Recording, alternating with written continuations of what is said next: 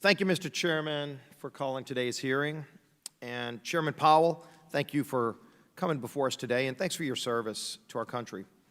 Earlier this year, we had the chairs of the Federal Reserve, former chairs, Ben Bernanke and Janet Yellen, come before our committee. I would venture to say, Chairman Powell, that the challenges you faced during your tenure far exceed things that we've seen from previous Fed chairmen. And as we work together through this, I just want to thank you for keeping a steady hand at the Federal Reserve, which has been so important as we start seeing this economic recovery. China, Mr. Chairman, has long declared a goal of overtaking the United States, both economically and militarily. At the outset of this pandemic, China lied about the emergence of the most dangerous virus we've seen in over 100 years. China refused to allow American scientists into their country to help assess the threat, despite the fact that many scientists within China were asking for our help. I was in some of those meetings at the White House with Dr. Fauci and others when the Trump administration was trying to get our best doctors into China to find out what was happening. And it was the Chinese Communist Party who refused our ability to find that out. At the same time, China was closing down domestic travel. They were sending thousands of people a day overseas, including here into the United States, setting the table for this global pandemic. In the months of January and February, China hoarded medical PPE. The Chinese Communist Party actually banned the exports of surgical gloves, masks, and gowns to the United States so that they could hoard PPE for themselves while they lied to the rest of the world about COVID-19's threats and dangers. China not only covered up an emerging pandemic, they also spread the pandemic and made sure that the rest of the world was not prepared to thwart the virus. Still to this day, this House majority calls China's role in this pandemic a distraction. The majority has held 0 hearings on China's role. We've had celebrities testify before our committee, but yet we can't get the Chinese ambassador, as we've called for multiple times, to come and testify before this committee. We cannot fully understand this pandemic and the impact it's had on the American people without understanding the role of the Chinese Communist Party and the Chinese government in this cover-up. But let's start with where America was prior to COVID. Prior to COVID-19, the economy added jobs every single month since the election of President Trump. Prior to COVID-19, since the president's election, the economy's added more than 7 million jobs. This is more than the entire population of the state of Massachusetts in 2018. This is 5.1 million more jobs than the Congressional Budget Office projected in its final forecast before the 2016 election. In 2019, real median household income increased by more than $4,000 per household, reaching an all-time high of $68,700 of household income. This represents a 6.8% one-year increase, which is the largest one-year increase in median income on record. As income grew by $4,379 per family in 2019, this represents more than the entire median income gains during the whole 8 years of the previous administration, by more than $1,300 per family. Poverty also hit a record low in 2019. The official poverty rate fell to an all-time record low of 10.5%, and more than 4 million people were lifted out of poverty between 2018 and 2019 for a 1.3 percentage point decrease. This was the largest reduction in poverty in more than 50 years. Minority groups led the way in the alleviation of poverty. Compared to the overall poverty rate reduction of 1.3%, Black poverty fell by 2 percentage points, Hispanic poverty fell by 1.8 percentage points, and Asian poverty fell by 2.8 percentage points. The poverty rate fell to an all-time record low for every race and ethnic group in 2019. The Black poverty rate fell below 20% for the first time in history. Between the time President Trump took office in February 2020, African American employment increased by 1.3 million jobs. And then the virus hit our shores. And President Trump listened to the experts. In fact, President Trump did take and continues to take decisive action, carrying out a plan that is saving American lives, carrying out a plan that is getting us on the verge of multiple, not one, but multiple vaccines for COVID-19. That is a successful plan.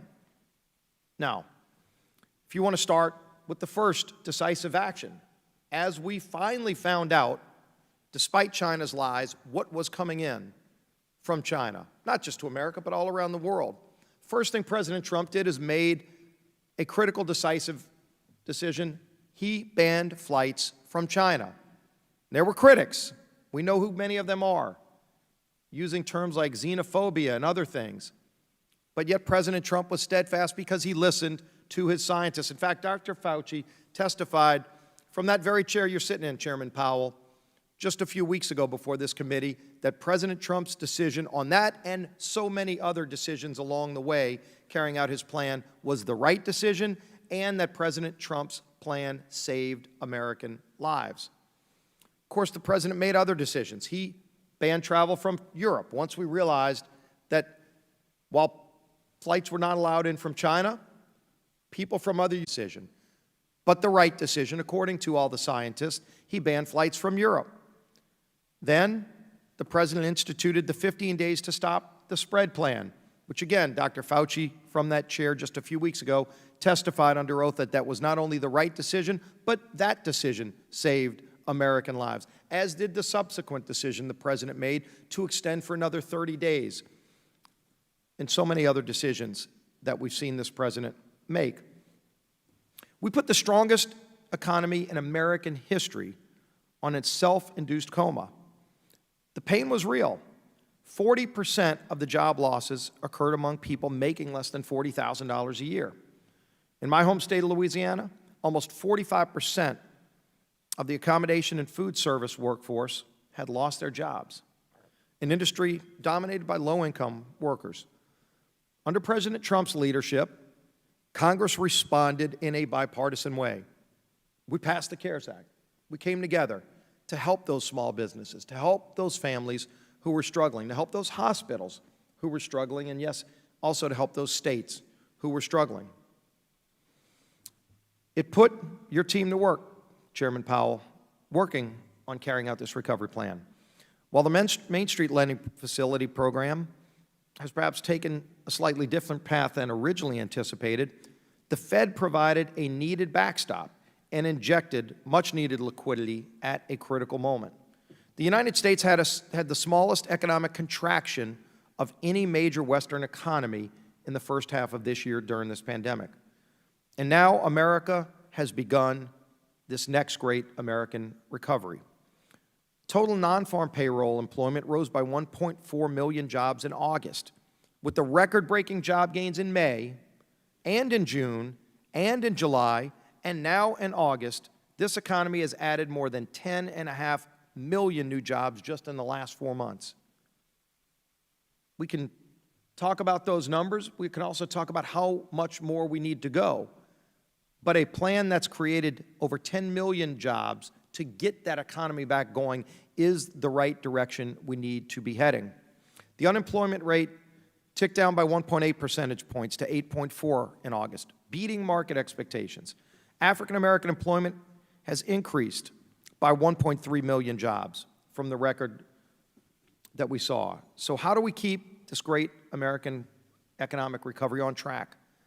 I first want to emphasize a point that Chairman Powell made in your testimony yesterday. Quote, "Our economy will recover fully from this difficult period." Talked about that yesterday. I'm sure we're going to talk about that more today. The chairman also testified yesterday that, quote, "The path forward will depend on keeping the virus under control and on policy actions taken at all government levels." Now, one of those areas in terms of keeping the virus under control, because clearly this has been a critical component of the president's plan, is to get a vaccine.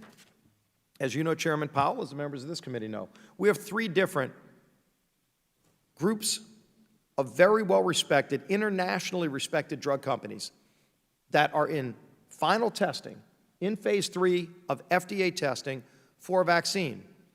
And we don't know when this will complete. We don't know if all 3, 1, 2, maybe all 3, will get approved by the FDA.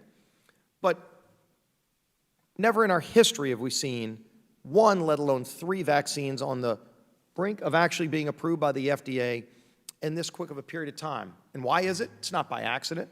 It's because of the president's plan. It's called Operation Warp Speed that's brought us to this point. Some of that is money that we voted on in a bipartisan way from the CARES Act, that we allowed the FDA, CDC, and other agencies to have increased ability to go out and encourage the development of a vaccine. No corners being cut. Critical point. No corners have been cut.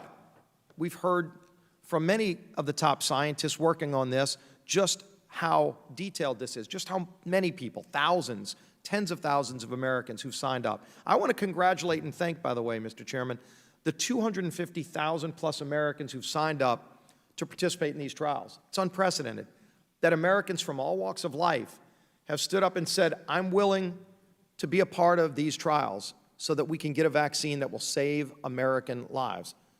I am concerned, Mr. Chairman, that there are some people that are trying to undermine the public confidence in this process. You've started to see it just last week. Some politicians, for their own personal benefit, trying to put doubt in the heads of people whether or not this process is going to yield a safe and effective drug. There ought to be no doubt. There ought to be nobody trying to use politics to interfere with this process. The highest integrity, not just in America, but in the world, is taking place at the FDA. FDA is the gold standard for the world at testing and approving drugs. And no one has suggested that that process has been compromised. I challenge anybody to name one company on this list that would cut corners or speed up the process that involves putting a drug in your body just because they're trying to help some candidate for political office. That's a ridiculous and dangerous notion. That kind of attempt to reduce public confidence would cost American lives. And so let's follow the science. Let's let the FDA run its course. If a drug or 2 or 3 or more get approved, vaccines, therapies, we ought to celebrate that. We ought to applaud that and encourage people to listen to their doctor. Ultimately, that's a discussion between them and their doctor about whether or not they should take this. But let that process move forward without further corruption. And again, I applaud the President for the work he's done to put all of these plans in place, to lay out through CDC how schools can safely reopen. We need to encourage all elements of our economy to safely reopen. It can be done. Some are choosing to do it, and some at the local level are choosing not to do it. We've seen and we've heard testimony about the devastating impact on children.